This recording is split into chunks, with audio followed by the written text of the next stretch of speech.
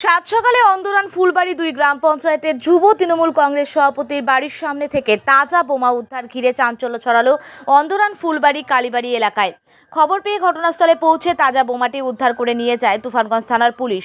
অভিযোগ, লোকসভা নির্বাচনের পরে যে সমস্ত বিজেপি কর্মীরা বিজেপি ছেড়ে তৃণমূলে যোগদান করে তারা গতকাল কোচবিহার জেলা বিজেপি পার্টি অফিসে পুনরায় বিজেপিতে ফিরে যায়। আর এরপরেই এলাকাকে উত্তপ্ত করতে অন্দরান ফুলবাড়ি ২ গ্রাম পঞ্চায়েতের তৃণমূল কংগ্রেস যুব সভাপতি সুব্রত দাসের বাড়ির সামনে গতকাল রাতে বোমা রেখে যায় বিজেপি আশ্রিত দুষ্কৃতীরা। যদিও গোটা ঘটনা অস্বীকার বিজেপি কোচবিহার জেলা সহ সভাপতি উৎপল দাসের। যেটা বলতে আমি ঘুম থেকে উঠিনি, মা উঠে ঝাড় দিতেছিল, সেই সময়টা মন্দিরের পিছনে দেখে পড়ে আছে, তো আমাকে ডাকলো, আমি উঠে দেখলাম এটা বোম। কিন্তু আগামীকালকে বিজেপি কয়েকটা পঞ্চায়েত জয়েন করার পরের থেকেই সারাদিন বোম ফুটাইছে। এখন রাত্রিবেলা এসে দেখি আমার এখানে বোমটা ফেলে দিয়েছে, আমাকে টার্গেট করে বা আমার পরিবারকে টার্গেট করে। এটা বিজেপি আশ্রিত দুষ্কৃতীরাই এটা করছে, সারা রাত্রি ওরা অত্যাচার করে দিয়েছে। শুধুমাত্র কয়েকটা পঞ্চায়েত জয়েন করার পরের থেকে ওরা একটা আমার এলাকায় অশান্তির বাতাবরণ সৃষ্টি করা, তৈরি করার একটা পরিকল্পনা এই কাজগুলো ওরা করে যাচ্ছে।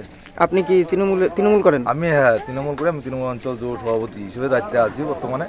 কিন্তু ওরা আমাকে আমার পরিবারকে উদ্দেশ্য করে এই কাজগুলো করার চেষ্টা করতেছে। ওরা শুধুমাত্র কালকে কয়েকটা পঞ্চায়েত দখল করার পরে থেকেই অশান্তি সৃষ্টি করছে, এলাকা উত্তপ্ত করার চেষ্টা করছে।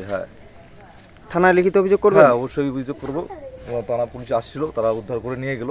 আমরাও চেষ্টা করি আলোচনা করে এটা পরিস্থিতি কি করানো যায়। আপনার নাম? সুব্রত দাস। কি দায়িত্বে আছেন আপনি? অঞ্চল সভাপতি যুব। কোন অঞ্চল?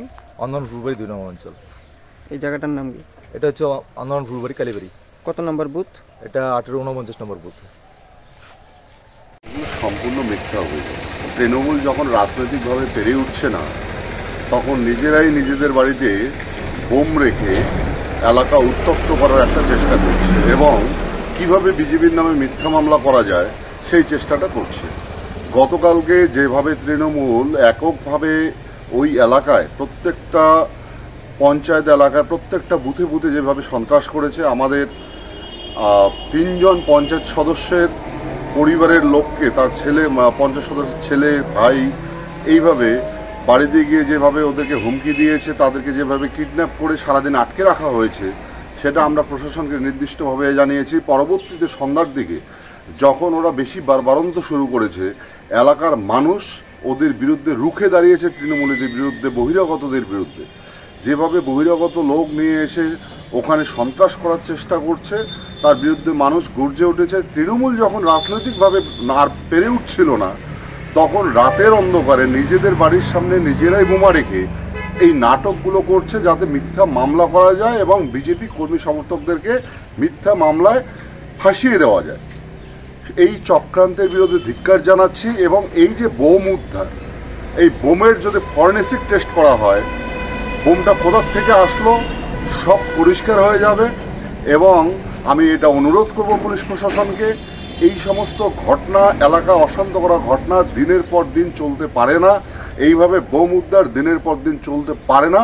কারা বোম রাখলো তার বিরুদ্ধে পুলিশের তদন্ত করা উচিত এবং সঠিক কালপ্রিট, যে কালপ্রিট রয়েছে, সেই কালপ্রিটকে খুঁজে বার করা উচিত এবং কঠোরতম শাস্তি দেওয়া উচিত। দেখবেন এই কাজটা যদি পুলিশ করে, তাহলে তৃণমূলের যে সমস্ত নেতা আছে যারা রাজনৈতিকভাবে রাজনীতি করতে পারছে না, তারাই কিন্তু তাদের নামগুলো উঠে আসবে। সুতরাং আমি এই দাবিটা জানাচ্ছি যে সঠিক তদন্ত হোক, সঠিক তদন্তের ভিত্তিতে যদি কেউ অপরাধী থাকে বিজেপির, অবশ্যই তাকে গ্রেপ্তার করা হবে। কিন্তু তৃণমূল যদি এই কর্মকাণ্ড করে থাকে এবং নিশ্চিত তৃণমূল করেছে, এবং তাদের বিরুদ্ধে প্রশাসনের সঠিক পদক্ষেপ নেওয়া উচিত। ভিত্তিহীন অভিযোগ। ভিত্তিহীন অভিযোগ, একদম ভিত্তিহীন অভিযোগ এবং মিথ্যা অভিযোগ। মূলত বিজেপিকে ফাঁসিয়ে দেওয়া, বিজেপিকে মিথ্যা মামলায় জর্জরিত করা এবং বিজেপিকে মিথ্যা মামলা দিয়ে এলাকা ছাড়া করা, এটা তৃণমূলের উদ্দেশ্য। ওরা নিজেদের বাড়িতে নিজেরাই বোম রেখেছে এবং নিজেরাই এলাকা অশান্ত করার চেষ্টা করছে। আপনার নাম? দায়িত্ব? আমার নাম উৎপল দাস, কুচবিহার জেলা সহ সভাপতি।